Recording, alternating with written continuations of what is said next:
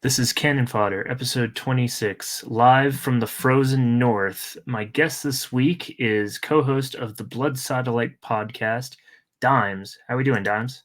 I'm doing really well, and I just wanted to give you credit right off the bat for one of the great all-time names of a show, Canon Fodder. Like it seems so obvious now.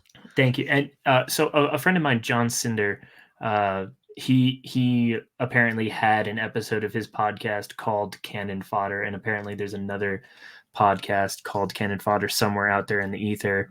But Well, here's the thing. I also know John Cinder. I like John Cinder. I'm taking it, Johnny. It's ours now. You don't get to say you ever had it. Well, I'm glad to have you on as a Canadian because we're going to be talking about a novel from Canada's favorite son, definitely America's favorite Canadian import, next to I guess Labatt and maybe Crown Royal. That was my drink of choice when I was drinking. I loved Crown Royal. Yeah, no, it's good stuff. It tastes like maple syrup. It's very sweet, very smooth, and they make, for those who are drinkers, they make this thing called Northern Rye. It's really, really, of the rye type liquors, I'd say that's in the running for the best mid-range one you can get. I don't know, I have to check that out. I don't really drink that much these days myself. I'm actually kind of more of a wine snob now, but I like a good bottle of whiskey. Yeah, just add some whiskey to the wine. That's what people do. But we are here to talk about Norm MacDonald's Based on a True Story, not a memoir. So the reason that I wanted to this is a fiction podcast. I've covered high literature. I've covered kind of children's stories. I've covered weird white slavery books. With that was a great episode. But this book is definitely fiction. I mean, it's all lies, right? But I think within like his obviously made up stories, there's a lot of style. There's a lot of truth to who he is as a or who he was rather as a person. R.I.P. Norm. And yeah, I mean, I think it's like one of the great postmodern novels of the 21st century. No, I agree completely. And if anyone has any taste or appreciation of comedian biographies, there's a lot of really bad ones out there. There's a few good ones, and then there's just a handful of what I would consider classics. I would say this is one of them. In my feeling about the book is, and before we get into talking about Norm MacDonald, I think it is important, like you were just doing, to discuss the framing of the book. I think it starts off fairly realistic, and there is true stuff in here. And I think the things that are fake, you can tell they're fake, but they're woven in. But when he talks about his early life in Canada, I think that is true, and that sets up a lot of it, because one thing you notice in the book is there is a lot of death. There is a lot of talk of coffins. There's a lot of funerals, and it weaves the comical with the tragicomic, and then with the poignant. Early on when he's describing his uncle. His uncle's a character in the beginning of the book who died. He's at his funeral and describing the feeling of being a child, peering over the coffin, seeing the dead body, and feeling relieved by saying, "Oh, there's not a person in here. This is just like a vessel. This was something that a person used to wear." And he describes it like a suit laid out on a bed that has the shape of that entity that wore it. Now that's again very serious, and it's just left there. And he is very capable of doing that. He does that throughout the book.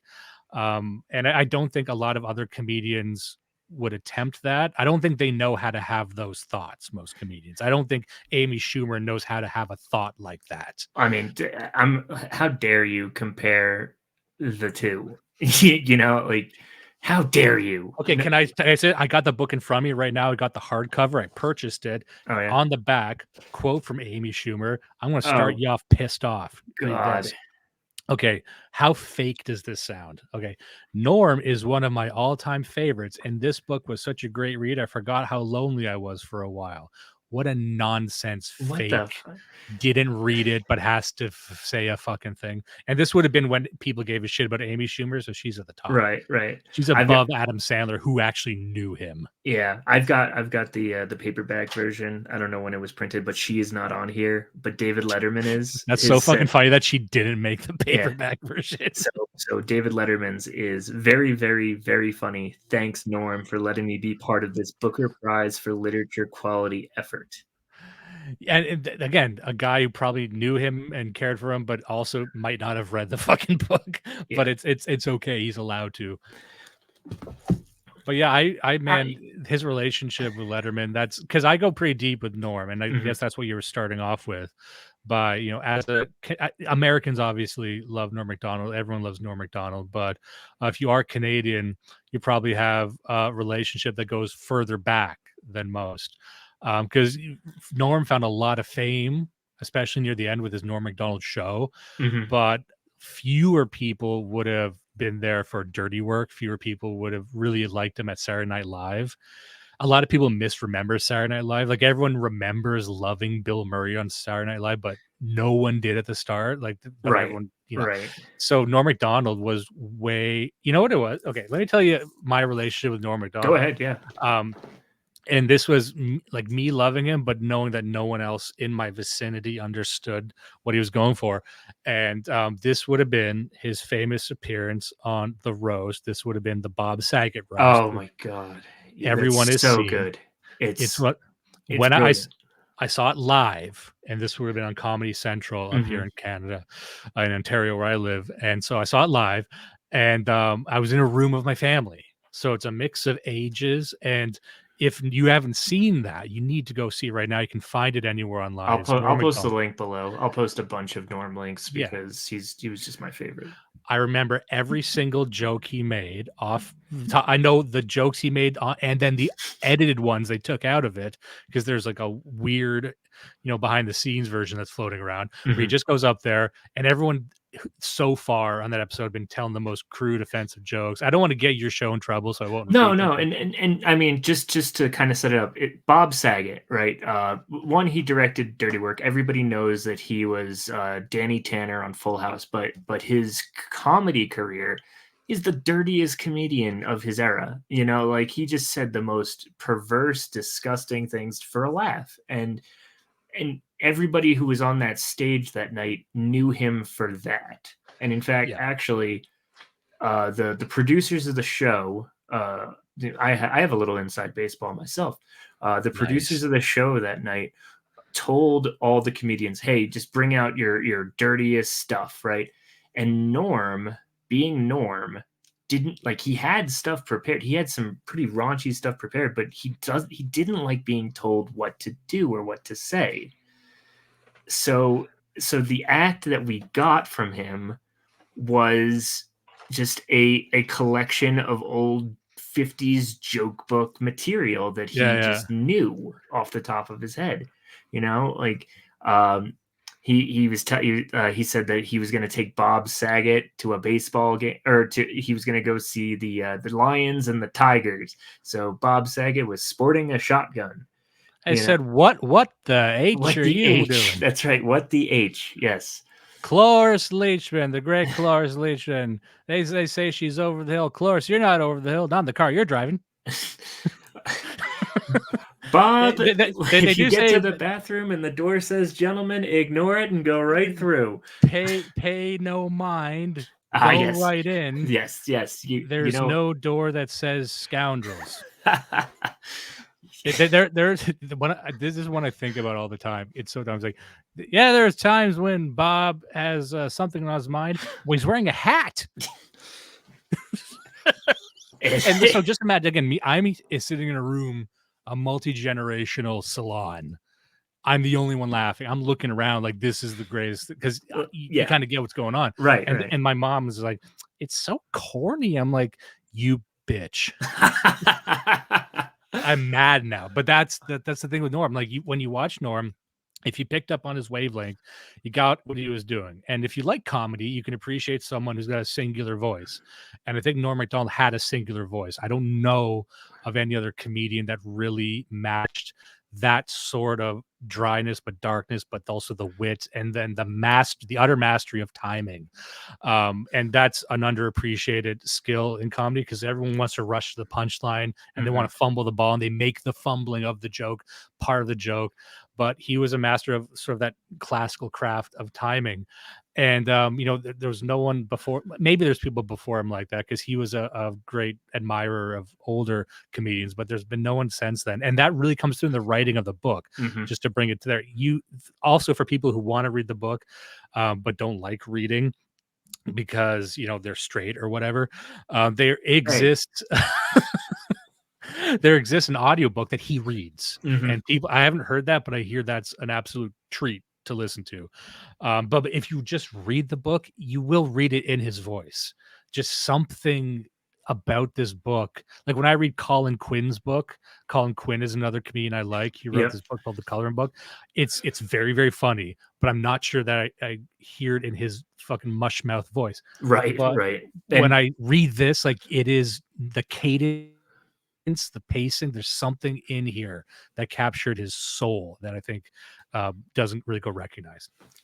most definitely. And I think that's the advantage of it not being a memoir, is that he can, I mean, I think especially celebrity memoirs, I think most of them are fake, but they're like fake in this like plausible way. You know what I mean?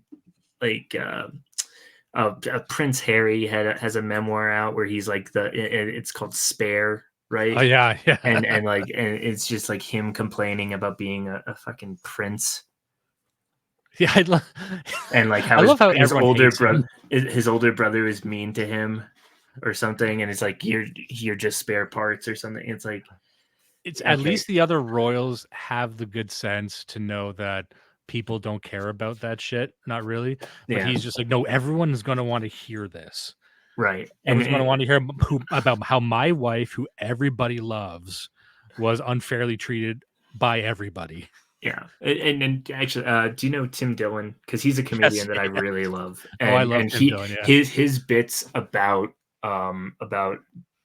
the royals are great, where he basically thinks that Prince Harry has special needs, that he married an American actress, and that she's trying to slowly convince him that his grandmother killed his mother. Yeah, I believe it. I believe anything, because that's the thing with Tim Dillon. He never tells a lie. No, he Right? doesn't. And neither does Norm. Even though the book is full of lies, he never once lies to you. Yeah, and also the broad strokes about the lies, I think, were based off of things pulled from his life. Like, for example, one of the big arcs of the book, especially later in the book, is his relationship with this cinema style gangster, and he gets into Yes. debt, right? But that's based on the fact that he was a compulsive Oh gambler. yeah. He spent and there's story. Here's the interesting thing about this book: like, there's people in his life who he was very close to, like Artie Lang from Hmm. the Howard Stern show, who don't appear really in the book at all. Right. But they've all got stories about going to Vegas with Norm. And, one of the, for people who don't know this stuff, if you know these stories, you'll be sick of hearing them. But there's all these great, what would you call them? Not urban legends, but just these myths about Norm where, Hmm. what was it? He was with Artie Lang and they were in Vegas, and Norman won like 200 grand. He was up 200 grand, Right. and they'd been there for like 2 days, and he took all the money down to the beach and just threw it in the ocean. Oh, so Atlantic City. Yeah, yeah, because Yeah. Vegas is in the desert. That's But yeah. that's a good fact. That's a Canadian error. Classic Canadian not remembering where the oceans are error. Yeah, or there was another one. They're writing, or so it's him and Artie Lang, and they're writing, and they were football was on in the background, and Norm was betting on I think the Washington Redskins at the time, and the Redskins lose, and Norm's in this pissy mood, and you just hear, and Artie's like, dude, what are you doing? Like, what's wrong? And he's like, ask Mark Brunell, who was the quarterback of the Redskins at the time. I gotta be careful with these, because every time I hear a degenerate gambling story, like you hear Artie Lang talk about like lightning bets or something like that. I'm like, Oh, man, right. It's like man, crack. Yeah. I want to be a gambler, man. Yeah. Like that No, sounds, it sounds so bad, but so cool. definitely. Just But knowing this like strange, all these facts about how things work, and sometimes they just don't work, but you're in it anyway. We could so, talk about gambling all night, but anyway, oh, I definitely could. And I have a system. Don't worry. the point being that the book, a lot of it deals with, this stuff that is pulled from his life, and then it makes you wonder, okay, this thing didn't happen, but did something approximating it happen? Did something close to this happen? Did he go in debt to someone at some point? You So, know, yeah, the book opens with him, and we'll go over the plot a little bit. This book is not about the plot, you know, and I go over the plot a lot when I do these sorts of episodes, just to have jumping off points to discuss, right? But if you're reading this for the plot, you're reading wrong. If you really read anything for the plot, you're reading wrong. But Norm opens up in the office at SNL, right? Lorne Michaels is giving him his interview, right? And actually, I didn't know anything about the SNL process until Shane Gillis got kicked off of SNL before starting, yeah, and that's he's that's a classic one. oh, it's great. And the way Norm satirizes that whole process, because he didn't have to do any of that dog and pony show stuff. He was friends with a couple of people who were already on the show, and he got offered a job. And that's one of the reasons that he had a lot of friction with the cast, actually, is because he just didn't he was so naturally funny and such a gifted writer that he didn't have to jump through the hoops that other people had to, right? Yeah, which is funny when you compare Norm's story and Shane's story to someone like Jimmy Fallon, Hmm. who he does it everything right. Jimmy Fallon's the perfect type of SNL guy because you got to have two impressions and you got to do two songs and then you got to have two sketch ideas and just do it this whole fucking song and dance. And then younger people are like, "What? This isn't entertainment. This is like vaudeville. Why would anyone need to like know how to fucking play the harmonica and ride a unicycle to get on this fucking show that no one has found funny in 15 years?" But it's like, but then you hear these people who luck their way on end up being the only fucking funny people in the room. And the only people that you remember, I've never gone on YouTube and be like, oh, let me see the best of Jimmy Fallon. Like he ruined every sketch he was in by laughing the whole time. He's the one of the top 5 worst men that we have. Just top 5 worst men in the world. Worst guys that we got running. And I heard that he was like an alcoholic too. I'm like, well, that's kind of cool, but he's not like that. It's That like, doesn't oh, come okay, I kind through. of like him now. Like, oh, there's a human there. Yeah. If you have a late night talk show now, you're not a human. You are, like, what's his name? Alex Jones. Before he was Alex Jones, he was a comedian. Sorry, who are we talking about? No, there's a comedian who died in the '90s, and everybody thinks that he just didn't he faked his death and became Oh, Alex Bill Jones. Hicks. Yes, Bill Hicks. Bill Hicks's whole bit on Jay. I'm so bad with names today. Is it Jay Moore? No, not Jay Moore. Jay Moore's hilarious. No, no. The late night guy with the chin. Oh, Jay Leno. Jay Leno. Yeah, his whole bit about how Jay Leno is a sellout. The contrarian in me always ends up jumping up to defend Jay Leno, and I don't even really believe it because I think I find him annoying. And I'm sorry, we're not talking about the book at No, all, we're but not. I just want to let people know one guy I do like and I shouldn't like, but I do is Conan O'Brien. Same. And I saw an interview he did on Hot Ones, the talk show with hot questions and even hotter wings. One of the great talk shows. It's one of the funniest things I've ever seen. I'll have to look that up. I like You need to what you're going into this thinking this can't be that funny, but like trust me, because I was not a Conan guy. I was okay. I was lukewarm on Conan. Then I saw this, I'm like, oh, this guy's good. Yeah, I I mean, remember what. just the way that he let Norm be Norm on Yeah, all their and he played off of him perfectly.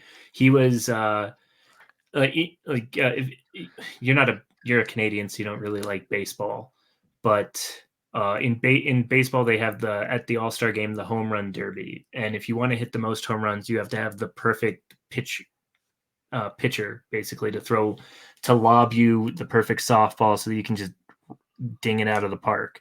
And that's what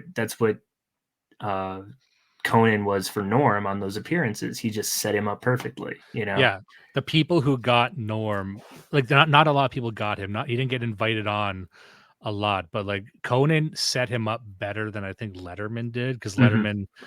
Anyway, this is some people don't find this interesting. I do. I find the relationship a late night show has with a guest interesting Mm-hmm. because there's a late night show host who's on the side of the audience or on the side of the guest. Jimmy Fallon is on the side of the guest. He's excited the guest is there. He doesn't want to piss off the guest. Then Letterman's on the side of the audience, where he will light the guest on fire if that makes the show better, which I respect more. Mm-hmm. Conan is still on the side of the audience because he will make himself suffer or make the guest suffer if it's a better show. But Jimmy Fallon and some of the others, they don't know how to do that because they're star fuckers. Yeah, or like Seth Meyers is another one. Seth Meyers is I don't have him on the list because he's some kind of construct. Seth Meyers is grown in a fucking lab. And that's our link back to SNL. Seth Meyers was an SNL guy, I think still is since forever, and he's the guy they don't fire. Well, and it's funny too because he's got Late Night with Seth Meyers right now, right? And when Norm died, he said, "Oh, this is my favorite Norm Weekend Update joke," and he just chose the most middle of the road, the safest joke possible. It was like this Greek princess turned 9 years old, and what does a Greek princess get for her birthday? 2 cakes. I Which is a want to good bit, but like that's your favorite Norm joke? Like, come on, man. Like I, that made me hate him. I want to deglove him. Yeah. I want to boil him alive and just go yoink, and then his skin is gone. But like you were saying about the book, right? To kind of get back to it, there's a lot about late night comedy in here, right? Yeah. He talks about how he was supposed to be the last guest on Johnny Carson, and that was going to launch his career. And the fact that he messed it up for the real reason is never given, right? I think there's some apocryphal stories out there about how that actually happened. But in the book, of course, Norm gets the phone call from the producer and thinks it's a prank phone call and ignores it. Yeah, I do wonder how close to the truth that was. I have to think that maybe the real truth was more boring. Mm-hmm. And I He think probably just got bumped, honestly. Like it just would happen, you know. Them's the breaks, kid, you know. Like, and that's not a good story. That the story has to be because that really is a theme of the book. It's his relationship with luck. mm-hmm. And that comes again at the end. And we could even read it if you want, because the not the very, very end, but sort of the official end of the book is very, very powerful in the way that I think only he was capable of achieving. But yeah, it's sort of a story of luck and him not being lucky while being lucky at the whole beginning of his career. Or yeah, I mean he has a whole section of the book where he talks about his relationship with Rodney Dangerfield, and he just goes into an entire set of Dangerfield jokes, and him being, you know, him being facetious is like, I couldn't believe how disrespectful people were to Rodney Dangerfield. He got no respect. He was telling me how he got no respect, but that is unbelievable. It was unbelievable to me. He was a great comedian. Yeah, why was no one giving this man respect? Or how he gets on SNL because he becomes Lorne Michaels' morphine dealer, and throughout the book, he is addicted to morphine. He is Literally addicted to morphine. He's putting his cigarettes in morphine so that when he smokes a cigarette, he gets a hit of morphine. He has a drug dealer that he gets morphine from, who's also like his bookie. Yeah, Adam Egget plays the Lenny to his George in this sort of in this sort of Steinbeckian tale. Yeah. Adam Egget is again, if you don't know Adam Egget from the Norm MacDonald show, you might not appreciate Right. his He's his the best sport contents. ever. Like So he I heard him described as Norm MacDonald's greatest joke. yeah. And then I know he's like a known guy in the industry. He's like the guy who runs the comedy store, I think. So he's like an industry guy, but then I see him show up on like Matt and Shane's secret podcast. And I'm like, Oh yeah, no, that was a great episode that he was but on. I'm also like what, you're not supposed to be out here without Norm. Like I don't know It's what like, you yeah, I are thought they without would Norm. have buried you when they buried Norm. You're supposed to be buried with Norm. like how Egyptian pharaohs are buried with their pets. He's got, and there's got to be something where he's buried in. There's no space for him, so he's buried in a woman's grave or something. or or would be better if Norm bequeathed him to Colin Quinn in his will. Would be great. Again, also like almost no other comedians brought up except for Sarah Silverman. In a part of the book, there's not a lot of like and that's just like comedians. a love story. Like Yeah. he just talks about how on SNL he's just madly in love with her. Yeah, like everyone was madly in love with Sarah Silverman, and how he kind of fucks that up. But again, maybe that's one of those things. Could be true. It's like the Definitely. morphine thing. And if you know anything about Norm's story, for people probably remember, this book was published in 2017, I think, and Norm passed away from cancer. I guess it was like a couple years ago. Yeah, 2021, I think. So odds are that he was battling cancer very privately. No one knew. No one knew he I was. didn't even know he was sick. Yeah, I didn't even know he was sick. But I think that sort of joke probably came out of that, and the morphine stuff probably came out of his usage of morphine. Because I didn't even think of that. if you're watching Norm MacDonald interviews, because he did quite a few interviews, there'd be the odd one where he was like really out of it, and he'd be really downtrodden, like he sound like low energy and depressed. And you listen, like, what's going on? Is he okay? Is he back on the pills? Because there's always rumors about that. Odds are he was going through chemo, going through whatever he was going through. I think it was pretty serious, like stomach cancer or something. But he might very well have been on painkillers at that time, and that worked its way into the themes of the book. That's my suspicion anyway. I don't know if the timelines line up exactly, but that's why I when mean, I reread the book, he'd been battling it for such a long time. yeah, and no one knew. No, Yeah. but it's like, and then you have to think like, well, like how long was it? Was it when he was doing his Netflix show? Maybe. I think it might have even been as early as the 90s. I think somebody said that he had his first bout. Like he's had a few different bouts of cancer. Yeah, and there's all these, in hindsight, once you know this, and then read the book, because I read the book while he was still alive. Once you read the book with that knowledge, it recontextualizes a lot of it, and also a lot of his jokes, because he had a lot of cancer jokes, and then you think, oh, you're not allowed to make that. Oh, he would find it amusing in hindsight that people decided that it's okay that he makes those jokes because he had cancer. Yeah, what was the one? He's like, if you die of cancer, you don't lose your battle; it's a draw. Yeah, it's like, imagine dying a loser. It was exactly, just like him to lose. just like him to die a loser. Like, yeah, that is the worst way to say they lost their battle. Like, don't send them off as a loser. It's like such. Anyway, just on on the topic of Norm jokes, I'm just gonna pepper these in. Yeah, go ahead. Like, I love the last set he did on Letterman, but I think it was in his stand-up set too. It's just like the raw simplicity of the jokes. Like, ID is a strange word. ID. The I stands for I. The D stands for dentification. I was listening to that the other day. It just popped up on my YouTube feed. Yeah. I mean, people much smarter than me and like comedians more established say that that's like the best set they've ever heard. Yeah. Like there's a few like insider, like not insider in the sense because everyone can see it, right? Like it's not like too secret, but that and like Patrice O'Neal's Elephant in the Room special, it's like this unexpected, singular, like perfect little thing even like Dave Chappelle's Killing Them Softly. Like I just think that's a great set. I don't think really Dave Chappelle's done anything that good ever since, or really, I think he's been trading a lot in his name, but like just in terms of I mean, actual that was funny his big jokes. comeback. Like that was his "I'm back from Africa." What was Killing Them Softly or that? I Or think was that, so. because that was the one where it's like, and there's a baby selling crack on the corner, like Hey, that. baby.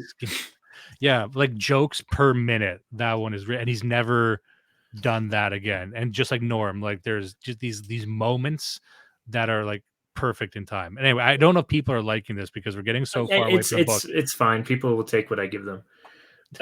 No, I love Hey, the listeners of Canon Fodder and anybody who listens to this show. Thank you. I hey, appreciate you. hey, cannon fockers, here's your slop.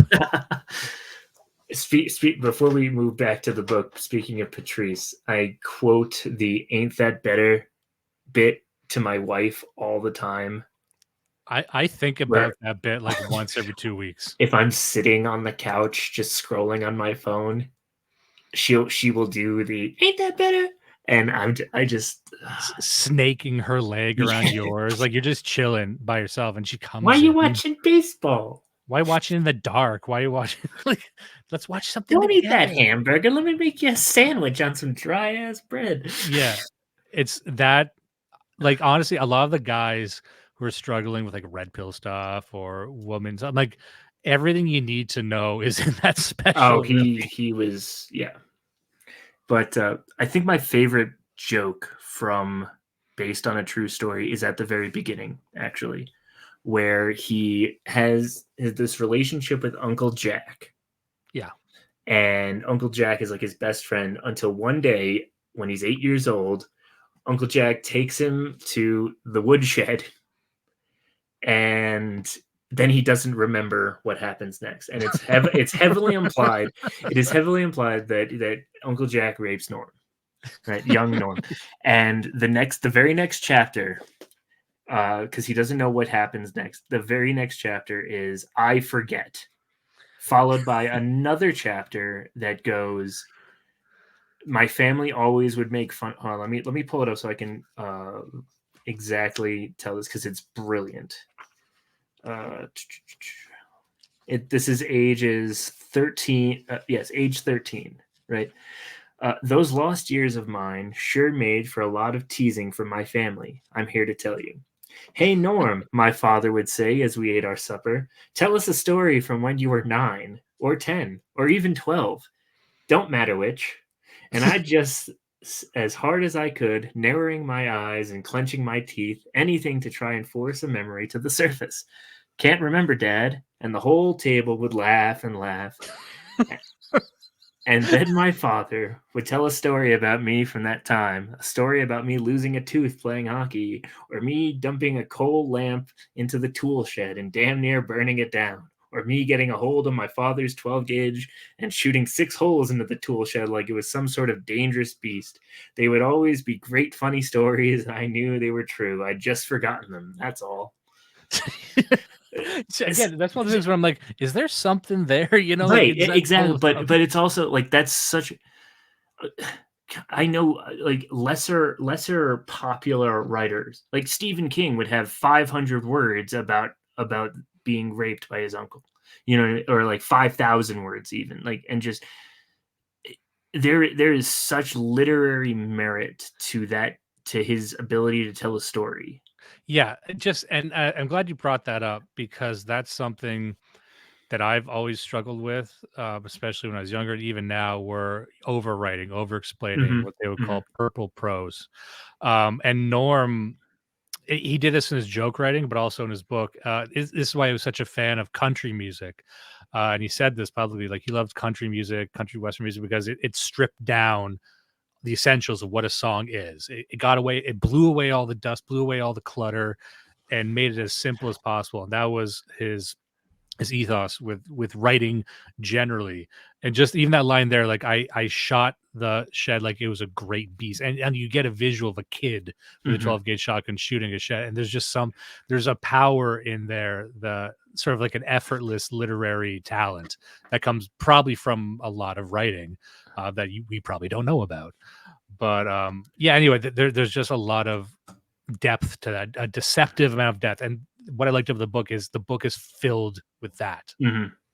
And just to go back to a little Norm history, like he believed that there was a perfect joke where the punchline was the same as the setup. So his example was Julia Roberts divorced Lyle Lovett. She knew that it was time to get a divorce when she realized that she was Julia Roberts and he was Lyle Lovett.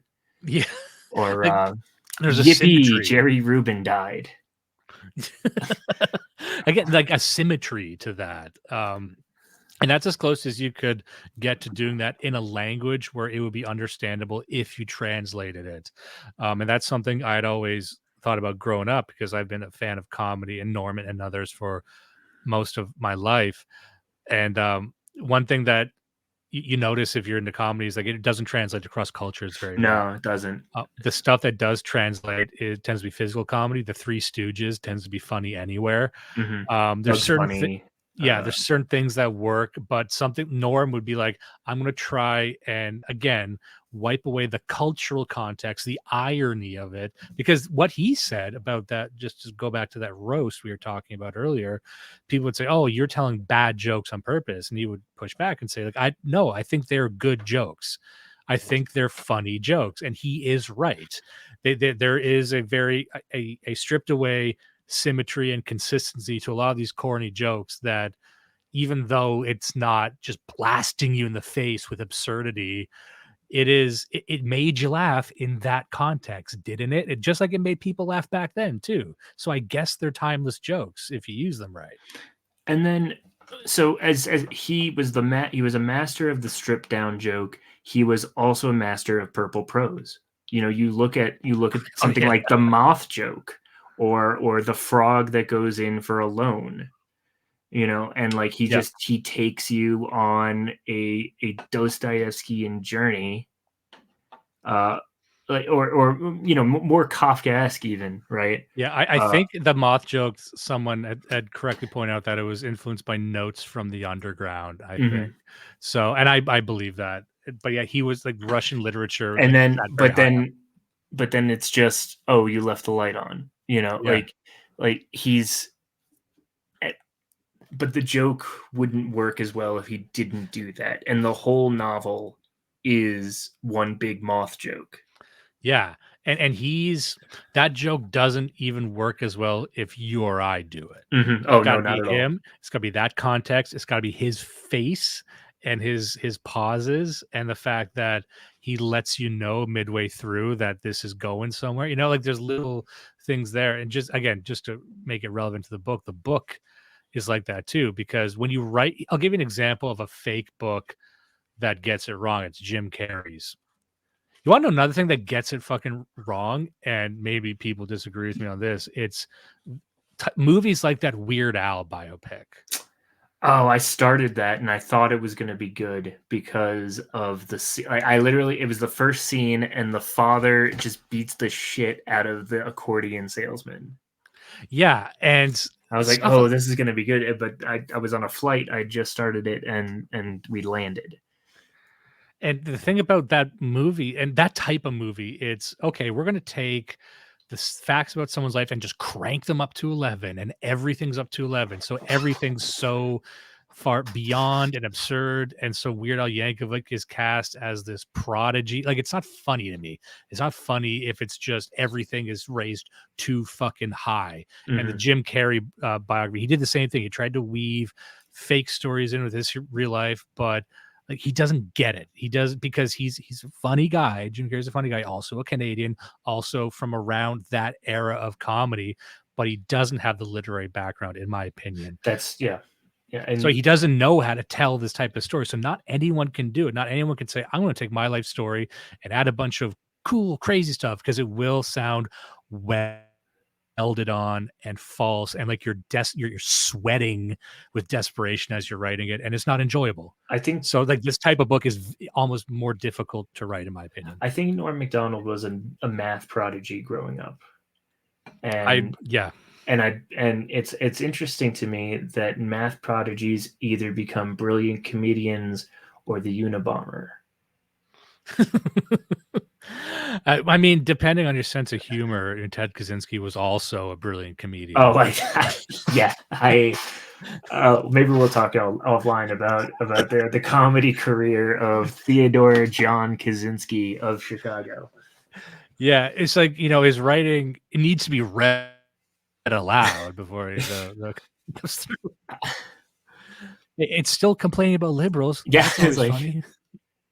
damn shit libs.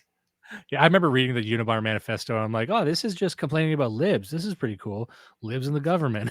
I didn't read his other stuff, but anyway. I think there was a math textbook that cited, because he was a math professor for a long time, that cited his. It might have been made up, but I saw it as a meme, and I'm gonna choose to believe it's real. That cited like his dissertation, and then at the bottom it just says Kaczynski Theodore J, known for other work, No further work. austere mathematical scholar. That's a good one. So going back to the book, I almost want to spend some time on Adam Egget too. Yes, we should.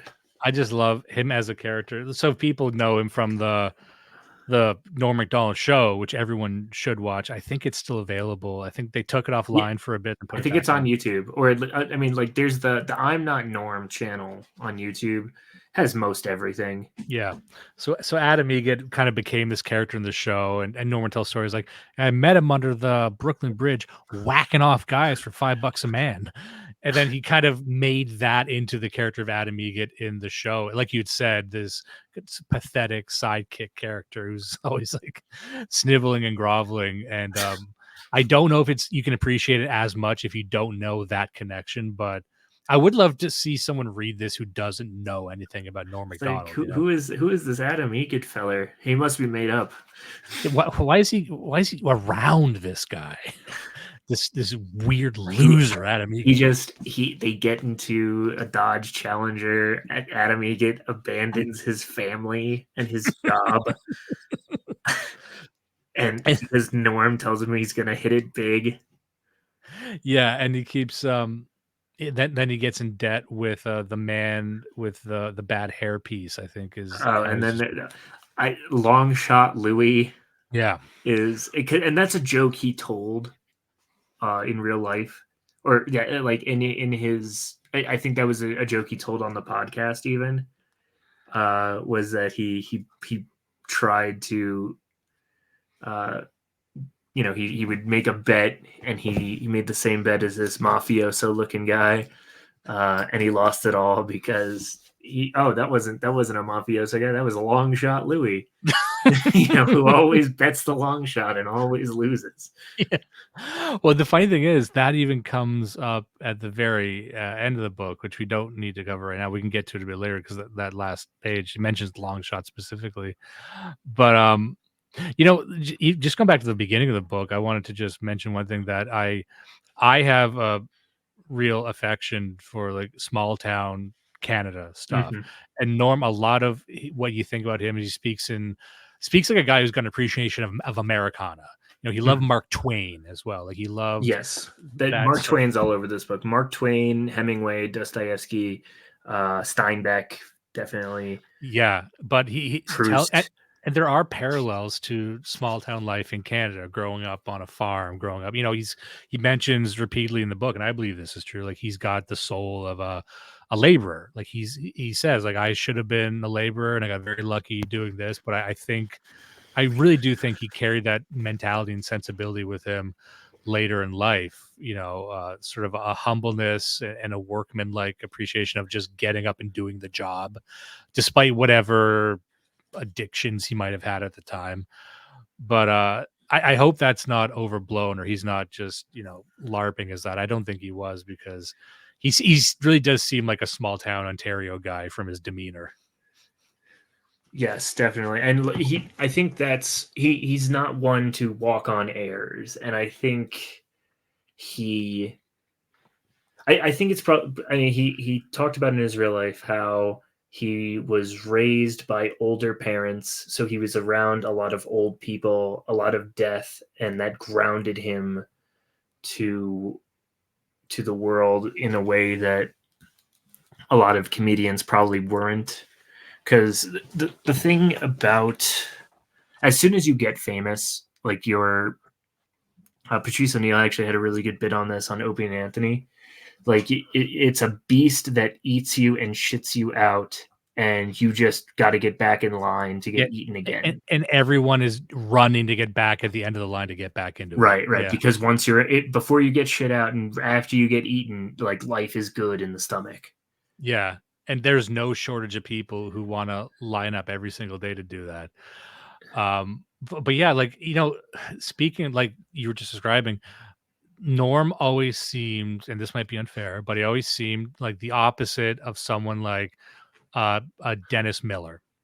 So, and a Dennis Miller, who's a great conservative leaning comedian, but he was a guy who loved $5 words, and Mm-hmm. Norm hated that. So, like, Dennis Miller was always looking for a way to muscle in the Peloponnesian War Mm-hmm. into a bit, and just to like flex on the audience.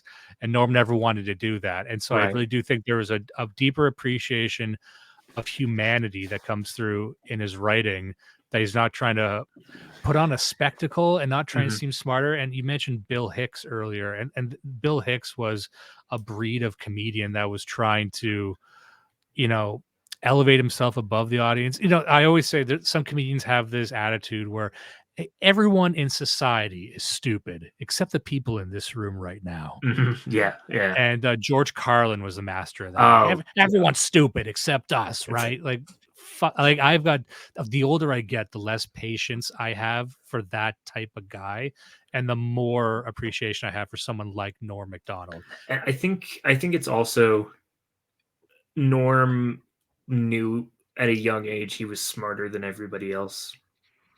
Yeah, and he's a careful observer, and he is a very well-read guy, and he didn't want, like, that's a very rare mix where someone knows that they're tuned into something no one else is tuned into, but they don't use it to elevate themselves above others. And quite the contrary, he might make himself an embarrassment, a fool.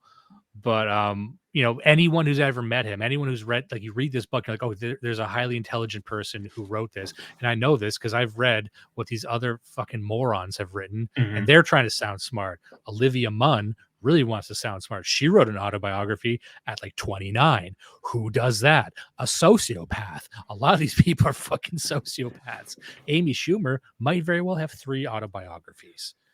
You know what I mean? But like, because they don't know how to be a fucking person, and a lot of comedians don't. No, they don't. And well, it's funny you bring up Dennis Miller before, because I think besides Conan O'Brien, right, of the famous people who got Norm, I think Dennis Miller was the biggest Norm fan. Yeah, exactly. That's why I didn't want to like Yeah. disparage him, because I know No, they were big friends. And I mean, like, yeah, Norm got like his big break writing jokes for, or one of his breaks for, writing jokes for Dennis Miller.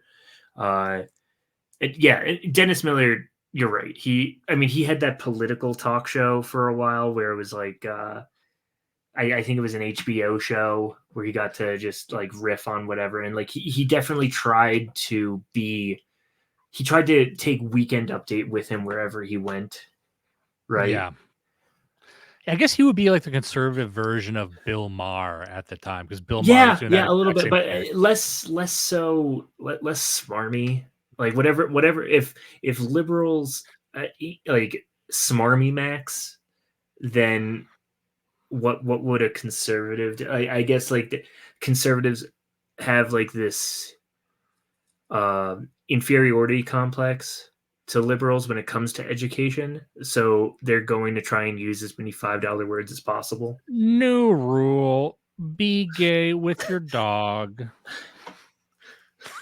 New rule: if you're gonna protest Israel, you gotta set yourself on fire. New- we're going into so many tangents Oh, here. and that's mostly what this show is. This is a vanity project for me to talk about things I like with people I like. If people end up listening to it, great. If not, this will be something to be used against me in a court of law. Hey, how about instead of Vanity Fair, it's Vanity Fair, but with an E at the end. So it's a bunch of Renaissance horse shit. It's a Vanity Fair. There's a circus. There's a loop de loop. The teacups are always running. And guess what? There's a fat bitch with tattoos and talks about how big her boobs are. All her friends call her voluptuous, and she hangs out at the Renaissance Fair. And she's sassy. And she's sassy, and anyone on earth can sleep with her. Her name is Maid Marinade. Yep.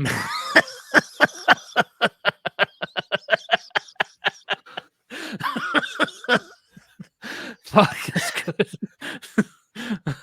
I don't know if you had that in your pocket. I just pulled that out. Oh man, this is a good ass show. If anyone doesn't like this, they can go fuck themselves. I can't say that anymore. The original few episodes of Canon Fodder, I did tell the audience to go fuck themselves, and I got some feedback. We got notes. Okay, name names. I think I know who would have said that shit. No, I'm not gonna name names. No, and I definitely agree, because it should be. I should have more reverence for the people who want. If it was Burden, blink twice.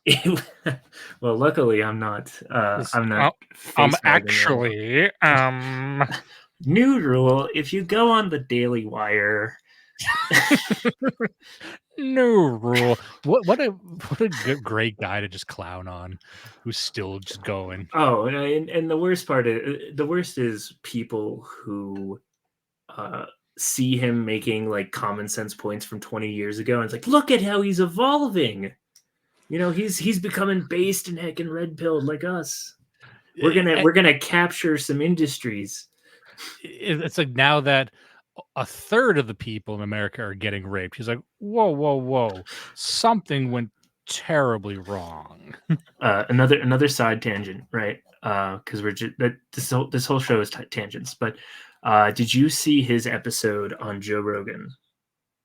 No, I saw clips. Okay, well, the important clip was him waxing poetic about his childhood.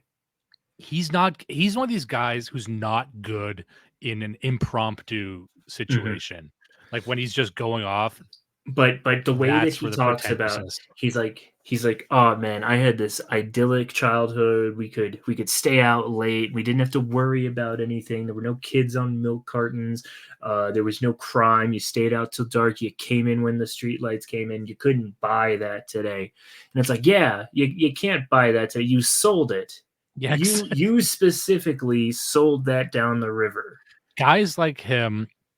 How do you not get that? You can call this, like, I don't know if you would be classified as a boomer, but let's just say libs, older libs, if we want to be not too controversial. But they have no concept of cause and effect. And what you're seeing now in the zeitgeist is a massive cope, the likes we've never seen before, where they're actually admitting that things are kind of crazy right now. But the conversation can never begin with, was this because of all that stuff we did? Was it because of their story is things just went too far one day?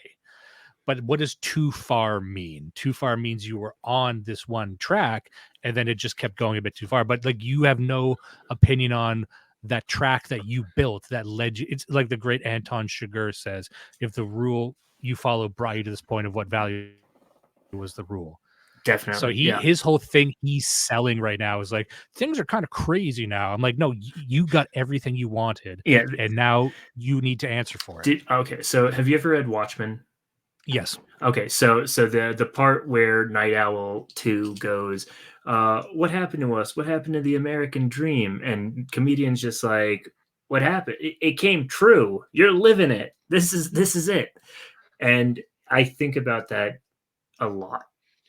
Yeah, like you got everything you wanted. Everything was successful. Everyone makes fun of the conservatives for never conserving anything. Okay, here you fucking go. But I really want to just drag them kicking and screaming into the reality of, like, you need to answer for this at some point. It can't just be that one day things went kooky. That actually doesn't make any sense. One day for no reason at all. Yeah, exactly. Exactly, but that's the world they live in. They can't chain these causes together, and that's a problem that I'm trying to figure out how to solve without being too adversarial. And maybe they're not capable of it. I don't know, but like, and maybe it's not even worth it talking to someone like him because what they want to frame it as is, kids these days. Yeah, they yeah, youths could be here. Well, here's the funny thing. They always say, everyone gets a participation trophy these days. I'm like, well, what do you mean? Because the kids didn't give themselves a participation trophy. You gave them the participation trophy. They didn't ask for it. It's just society started making participation trophies and giving them to kids. And so you're wondering why that happened. Oh, you tell me, motherfucker. Is Why'd you affirmative make so many action not Yeah, legal participation trophies? exactly. Like you did all the stuff. It was you guys who did it all. So So I know that you are not a fan of the boomers. I have an essay that should be coming out on Double Dealer pretty soon about some traveling I did, and I think I take a tangent where I just go into how much I despise the boomers as a generation. well, I will say this, in the chat that we're both a part of, someone had prompted me by saying, "Give me some boomer hate." Yes, yes, I that's one of I wish I'd saved that somewhere because I could just listen to that on my commute every day. but I also take great pains to also, try and maintain a connection with boomers to be like, "Okay, we've got this issue in our society where the older generation seems to hate the younger generation and vice versa. What can we do about that?" So I'm always trying to engage with the boomers as well to try and see it from their point of view as well. I know Tim Dillon mentioned him before. He's coming out Mhm. with a book called Death by Boomers. Is he? I always thought that that was a fake business idea. I didn't know he actually had a book coming out. I'm excited to read that now. Yeah, and it's it's going to be like how boomers ruined America, ruined the economy. But I'm He's always so challenged. pro that. Yeah, I'm always challenging myself though not to go down that road because I'm like, like one day, and this is something, just to circle it back to Norm MacDonald, what I recognize in him as I get older is, like you had mentioned before, a man who's familiar with death, who's comfortable around death, and who's thought about death more than most people have ever had, especially from a young age. It seems if he was battling cancer repeatedly. So I think there's like a type of mind that they behave a certain way and think certain thoughts about the end, about the future. A lot of young people don't think about the future. It's very rare that someone, even in their 30s or 40s, thinks about what's it going to be like when I'm 70? What's going to be like when I can't take care of myself? I think he did. And I try and do the same thing. Mhm. So I'm a millennial, I'm in my 30s, and I'm often overtaken by this fear that, one day we're going to be treated like the boomers Yeah, because there's no shortage of dumb shit millennials have done. And I've mentioned this before. I'll give you one. We've made an utter casino out of crypto and just flooded it with rug pulls and shit coins to the point where crypto is seen as this insane cult like thing, whether that's earned or unearned or fair or unfair. And that's going to be laid at the feet of millennials by the younger generation. They're going to say, mhm. "Why did you guys do that? Why did Why you did kill crypto? why did you guys treat crypto like the boomers treated the real estate market?" And I'm not going to have an answer for them. Oh man, that's I have a lot to think about now. Yeah, so I'm trying to be like, okay, let me figure out if there's a way where we can put an end to this intergenerational war because I see that coming, and maybe I'm a bit too fatalistic thinking about end of life, thinking about me in my 70s if I'm lucky. But for a lot of millennials, you really think about what you might be like when you're in your 65, 70, 80. There's a oh man, I heard this story and I heard it. It was either a video from a TV show or something. It might have even been Yellowstone, and I'm reluctant to tell it if it's from Yellowstone because it's so gay.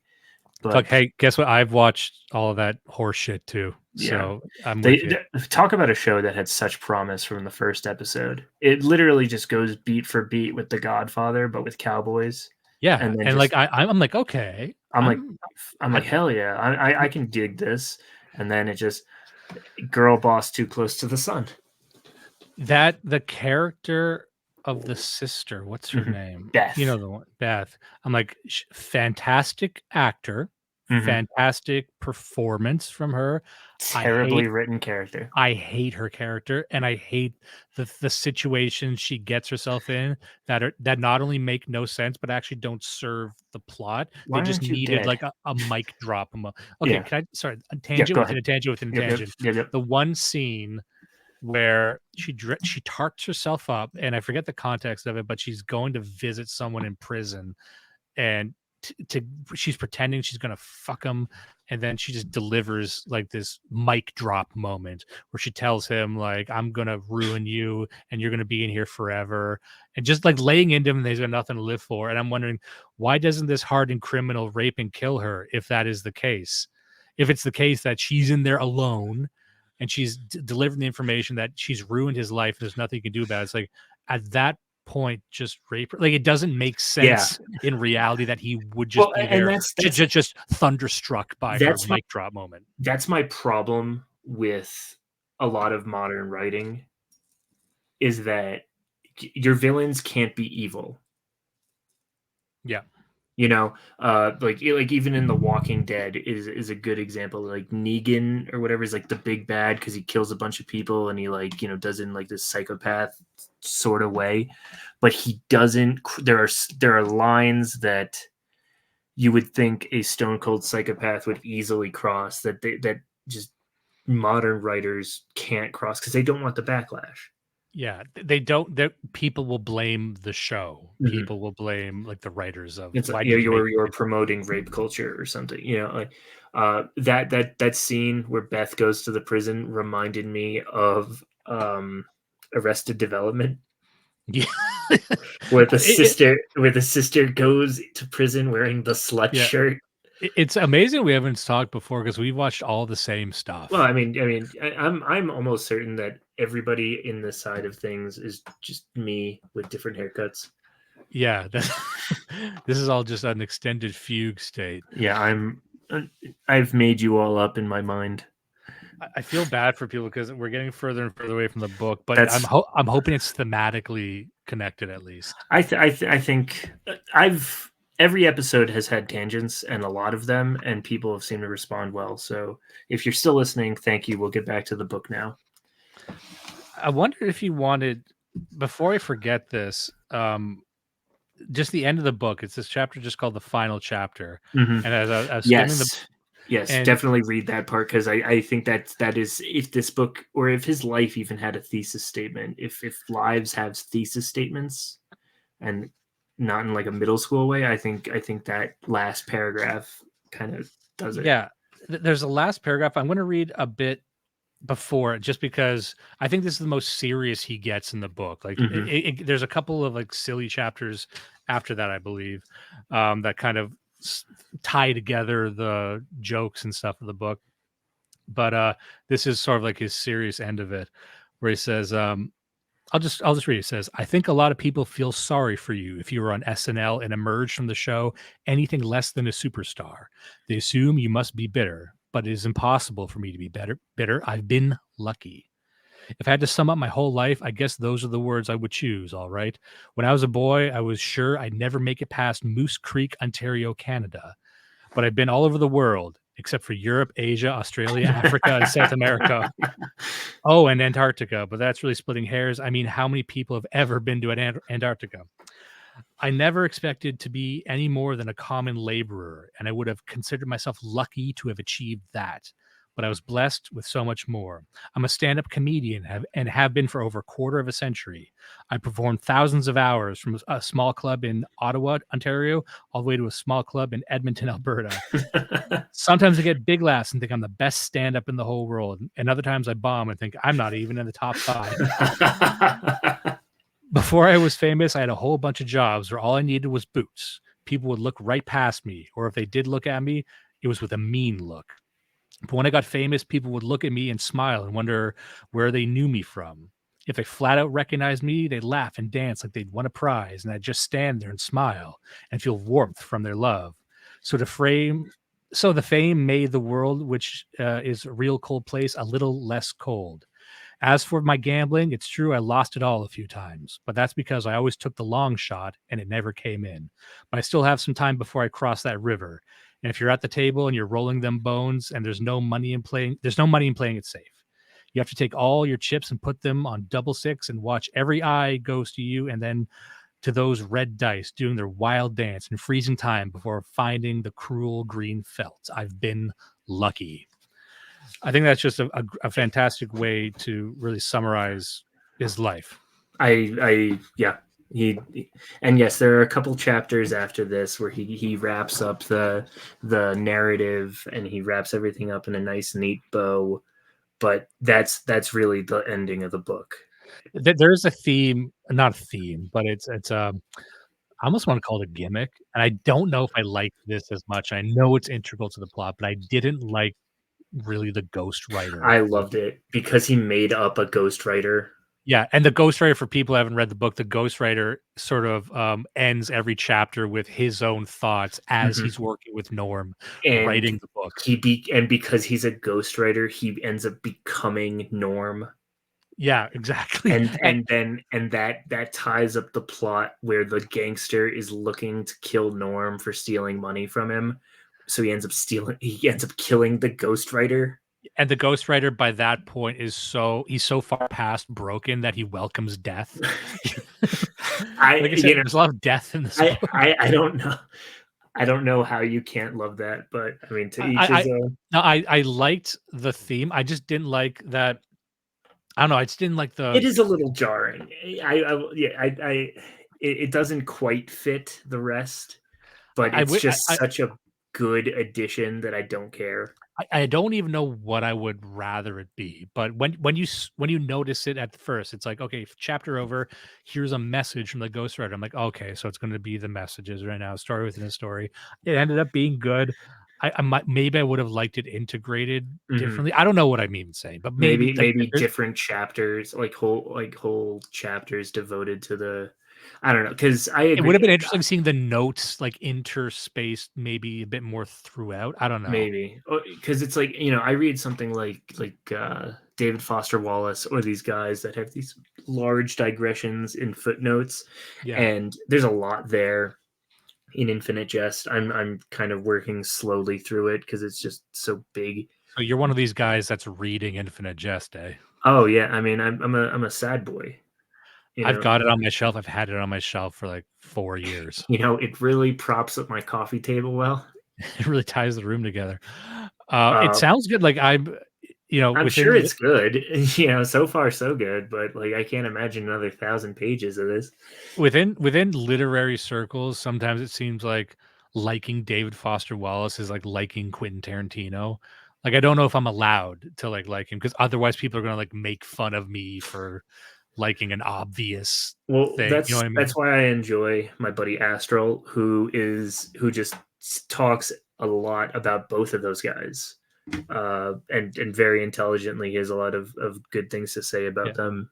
Everything I've seen from David Foster Wallace, I've liked, and I gotta work my way through a lot of that sort of literature. Zero HP Lovecraft has a theory that you either like his fiction or you like his essays, but very few people like both. That sounds sensible enough. And he's a guy who knows a thing or two about writing. So if I didn't believe it before, I'll probably believe it now. Yes, we appeal to authority on this show. If anyone says anything with full confidence, I'm just going to go along with you on it. I just like passion. There's one part early on as well, or not early on, it's like probably midway through the book where he gets fired from SNL. And there's a great setup. It's like no one who writes this sketch could ever be fired from SNL. It's the end of one chapter. That's right. And he talks about the OJ jokes, which is like his probably the thing that he is most known for. I'd say in the wider popular culture, his stint on SNL as the Weekend Update host, where he had jokes with Jim Downey. As Jim Downey was the writer at the time. Who did you see his interview on Conan's podcast, where he has the Epstein jokes? I don't think so. No. Oh my God. I'll send you the link later because it's just hysterical. Because you can tell that he worked with Norm because he he brings up Jeffrey Epstein, and he's like, a lot has been said about Jeffrey Epstein, and he doesn't.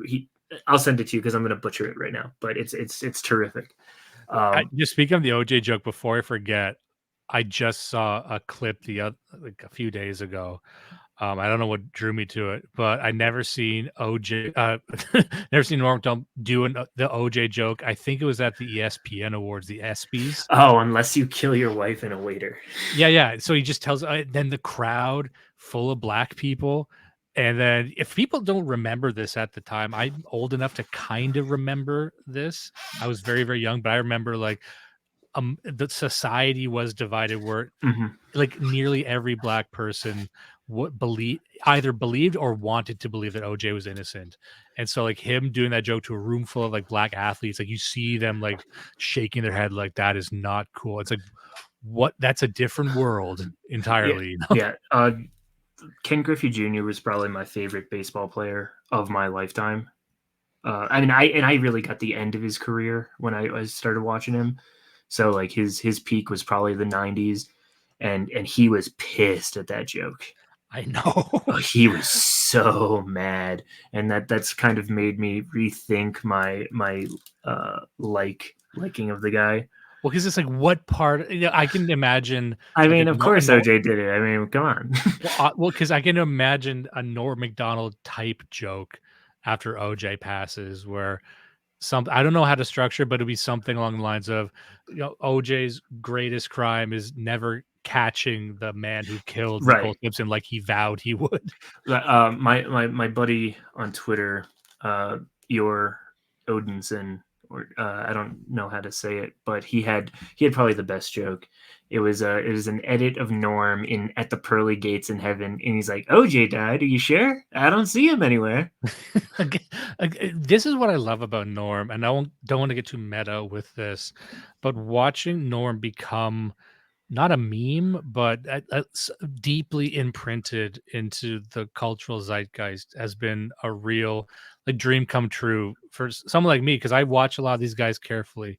We talk about Patrice O'Neill, we talk about these other comedians, and I'm obsessed with talent, actors, musicians, whoever, comedians who just don't get it, who don't make it, and they're beloved and they're good, but there's something there holding them back. And with Patrice O'Neill, it was sort of a self-sabotage.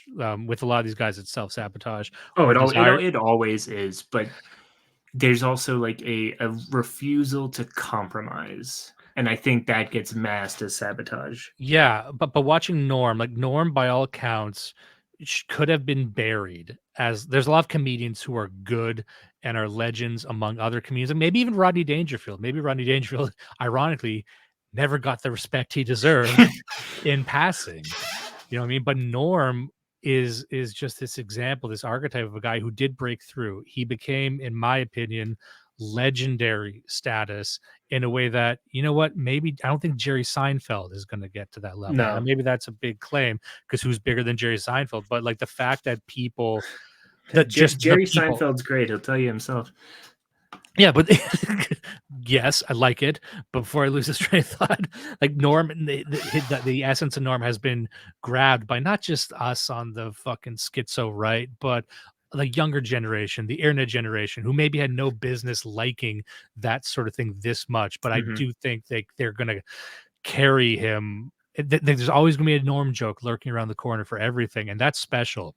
And that wasn't supposed to happen, but it did. And that's, I don't know, I think that's important for a lot of creatively minded people to keep in mind, that if you just, as many breaks as he might have fumbled, as many, all the shows, the pilots, the movies that got trashed, like he's gonna be bigger than all these motherfuckers. So there are two things. First, I would pay good money to watch a Gen Alpha kid watch a Skibbity toilet video, and then the next queued up is Norm, and then and then immediately they just mature, and they're like, oh, puberty, like I'm an adult now, you know, like that'd be good. And then, oh, I'm a real person now. Like, oh wow, I was like, I've been awakened. Like this is like Norm is Plato's cave. That's such a, and I bet he would appreciate that analogy. He would think it was funny and perhaps grandiose, but I do think that's real.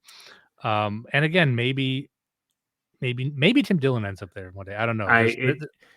His podcast is so. You and I are going to do a different episode on just Tim Dillon, I think, or comedians in general. I mean, that's the whole. That's basically what this became. But for people who don't know Tim Dillon, here's all I need to know about him. There's a great wealth of clips out there. After Jeffrey Epstein killed himself, he went around LA dressed as the temple on Epstein's island. He made a costume of it and did a whole bit where he was looking for work. And he's like, well, this is where a satanic pedophile temple would go to find work. He'd go to Hollywood. That just the fact that someone did that bit almost immediately after that happened. That's he's got some set of balls. And I've really enjoyed. He went to the woman debate or whatever in LA, and he took a picture with Anna Kachayan and declared that he was now straight. Because Tim Dillon's gay. Apparently he's gay. I've never seen it, but apparently he's a homosexual. And Bobby Kennedy, who is running for president, in his boomer brain comments, "Way to go, Tim. She's a beautiful lady. I'm glad that she ungayed you." And again, everyone comes out of that story looking good, in my opinion. That's just it's a terrific, and like, if he didn't delete the tweet, I'd vote for Bobby Kennedy in a heartbeat. Yeah, what a great, that's presidential banter. Like, who else is doing that shit? That's almost, that's funnier than what, like, Trump is good because he just goes on like a script in a sense in his mind, but I don't know if he could riff that good in the moment. So back to the OJ joke. So Norm gets fired from SNL, but he decides that he plays it because everybody knows that. Well, all right, if you don't know, I say everybody knows, but maybe you don't. Norm gets fired from SNL because he kept telling OJ Simpson jokes, and they warned him repeatedly. Like, can you let up on the OJ jokes? Right? Don Ohlmeyer, who was the head of NBC, was really good friends with OJ, right? And he kept begging Lorne Michaels to stop Norm. Which is just as an aside, that's such a funny thing to, like, an event to happen. Mm-hmm. Like, that's the second line of Don Ohlmeyer's Wikipedia page. He's dead now, and he will forever be known as the guy who fired Norm MacDonald over the O.J. Simpson trial. Just pleading with someone to stop the jokes. Like, that's what everyone's talking about, by the way. And so Norm, in his book, he doesn't go for a cheap shot. He reverses himself, right? He reverses the situation where Don thinks it's hilarious and he loves ribbing on his pal OJ and he wants more OJ jokes. And Norm just can't deliver. Like, he thinks it's mean. He doesn't want to be mean to OJ. This man was proven innocent in a court of law. No, it's great. I need more OJ, like more cowbell, just like the fucking J. Jonah Jameson looking for more pictures of Spider-Man. Yeah, and just you have to. That had to be the low point of his career, I would think, is just he does have everybody's support. He's got David Letterman in his corner. He's got all the SNL guys who liked him. So really, that's just Sandler at that point, who goes on to be like the biggest star in the world. What's funny? Like, this is, I want to say something that sounds very gay, but Norm MacDonald, just like Patrice O'Neill, has this what I would call like a devilish element about him, a devilish flair, where he's like, they're begging me to stop doing OJ jokes and my career's on the line. Probably this is rolling the dice, but wouldn't it be funny if I just never stopped? Like, wouldn't it be funny if I just blew this up? Wouldn't it be funny if I was invited back to SNL after I was fired and just talk about how much the show sucks? I know. And you're not like, Shane Gillis didn't do that. No, Shane Gillis said that he wanted to shoot himself on live TV. Yeah, live from my mouth, this gun. Which I mean, like, as far as bits go, like, bits all over the place. But but He's on yeah, fire, ladies and gentlemen. Shane, he doesn't have nobody has that set of balls. He was like the ballsiest comedian. Yeah, like Shane, like to me, Norm did what I don't think Shane Gillis will do, because I actually think deep down Shane wants to be famous. He wants to be a company guy. Like it's not in him. He doesn't have a self-destructive streak, I don't think. He And wants to be the Bud Light guy. I respond very positively to guys who have a self-destructive streak in all forms of media, whatever your trade is. That's why I love I keep bringing up Patrice O'Neill, but there's other comedians like that who, get into a room full of executives and tell them to go fuck themselves just because you think that would be the coolest thing ever. Oh, It's not for content. There's no camera on it. It just becomes this story that people trade in. Artie Lang has the best Norm story ever in that regard. Apparently, like after an episode of SNL, Harvey Weinstein is at the studio and they're all talking, and apparently Harvey Weinstein loves this one comedian who all comedians thought was pretty gimmicky. I think it might have been, I don't know who it was. I think it might have been Andrew Dice Clay. They never say, you know. It might have. I'm trying to think of because there's a few gimmicky comedians, but he would be the king of gimmicky Yeah, comedians. and so Harvey Weinstein says, "I think this guy's a genius. What do you think, Norm?" And Norm just looks around and he says, "What is he, like, good at math or something?" And just completely makes Harvey Weinstein, who at that time is the most powerful man in Hollywood, he makes him look like a total asshole. Just the dismissiveness of that comment is what does it. It like a hard, passionate no would have been less insulting. And It's like, what the and fuck are you talking about? and ass kissy, yeah, he's great. And or just something to ingratiate yourself with the biggest name in Hollywood, and you get a dirty work too, or you get a Sandler level career. Because and listen, I like Adam Sandler movies. I really respect that he stayed loyal to his friends. I like him as a guy Yeah, more than I like him as. his movies now suck, but I kind of respect that. Like, go and get a lot of money for you and your buddies. Like, because You that's what I would do. I would do that. can I say this? Another tangent. I was thinking about the movie Click Mhm. today, and maybe this is a pathetic point that other people made before, but I really do think there's something very deep and dark about that movie as a very masculine metaphor, because the story of Click is the man finds a remote where he can fast forward through parts of his life that he doesn't like, right? And he can Mhm. control the universe with this remote. Universal remote. Yeah, Yeah, yeah. and he uses it to like fast forward through his life to only get to the good points. And he ends up destroying his marriage because what happens to him when he is fast forwarding? Well, he's kind of on autopilot. He's just staring blankly ahead and engaging minimally with the world around him. And then, but that is, if you remove the science fiction, the aspect of it, like that is a very, in my opinion, male problem that Mhm. a lot of guys get up in their own head. Guys are at the dinner table and they're not asking their kids about their day. They're not asking their wife about You their can day. only is what it is for so long. Yeah, but this idea of like we're going to tell a story that addresses the fact that fathers can tend to disconnect because they get too worked up in their own head about the future, always thinking about the future, which is important. But it's a story about a man who loses his family because he's not present, and I think that's a more nuanced story than I would have expected going into that film. And I again, mean, maybe that's an obvious thing to a lot of people, but y I just thought no, about that. Adam Sandler is a good actor. Even Funny People, I thought he was a good actor in that. He's playing a dying guy. Uh, he was good in Click. I thought that was a well done, like a well written film. Uncut Gems, which is like his serious role, Which and is then the most anti-Semitic film ever made, but great. and uh, and then there's what do you call it? The Punch Drunk Love.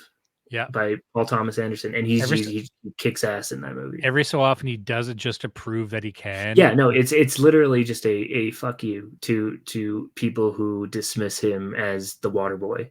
And then just does a movie with Jennifer Aniston where he doesn't change out of the clothes he arrived on set with, and it's great. Who gives a fuck? He shows up in his Norm show hat and his dirty work sweatshirt. Yeah.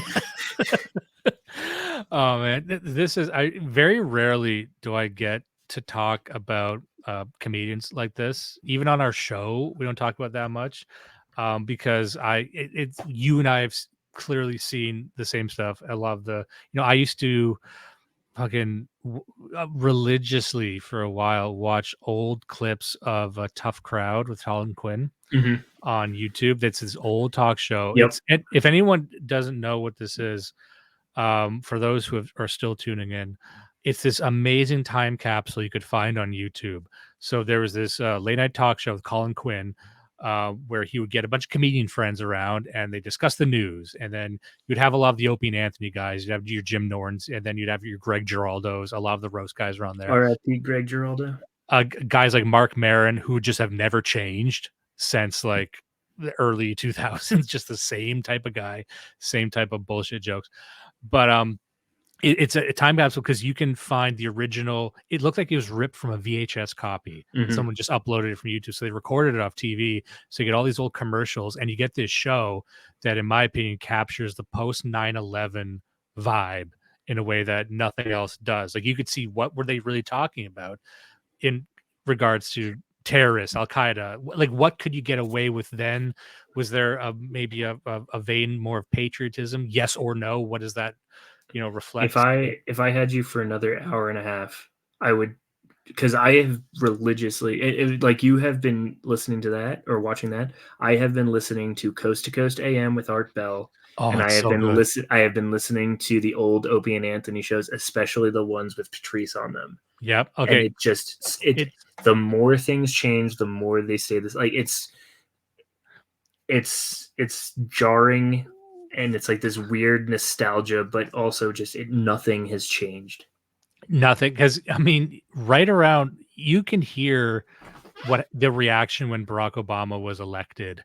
Because like I think Patrice was still alive at that point, Mhm. and then just like there's a moment in time that a lot of people, if they didn't experience it, can actually, if they didn't experience it, those who remember it maybe don't remember it correctly. They rolled the TV because I was in high school at the time, and they rolled the TV in to watch the election or to watch the inauguration.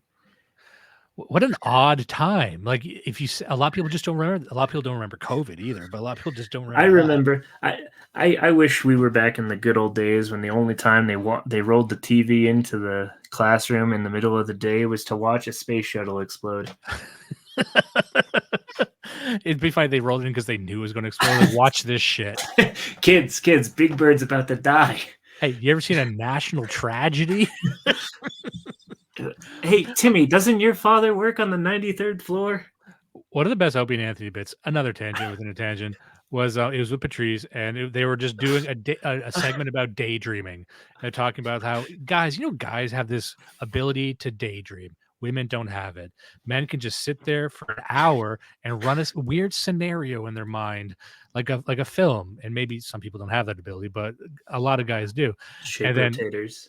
yeah, exactly. And then, it's like, what would you do in the end of the world situation? And Anthony Cumia is talking about a deranged scenario where he's on like a boat by a beach in some like the road type situation. Mhm. And he's got a high powered sniper rifle, and he stops this like 14-year-old girl from being raped by a black guy, right? Shoots her in the head, and then rescues her and takes her on board and basically has sex with her. And Patricia was like, so your fantasy is you stop a rape to rape. Like, what the fuck are you talking about? There was another bit like that where Joe Rogan is on Opie and Anthony, and Joe, Anthony is always carrying a gun with him, and Joe's like, don't you think that by carrying that gun with you at all times, you're kind of manifesting a situation in which you use it? And Patrice just cuts in, Joe believe in magic. He got like there's so many of these fucking moments. There's a lot of like dull moments in Opie and Anthony, but like Mhm. if you look up Oh, I Opie and can only Anthony watch the clips. Coast to coast, I can do whole episodes. Opie and Anthony, I can really only do the funny clips.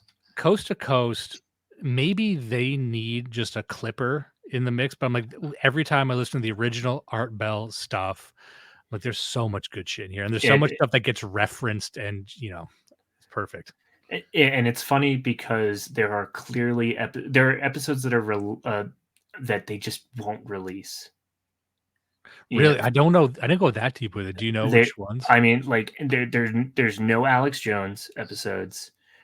Any of the sort of Patriot militia stuff, especially after OKC, most of that is Oh, purged, right? Because what yeah, yeah. he didn't start talking about UFOs until after Oklahoma City.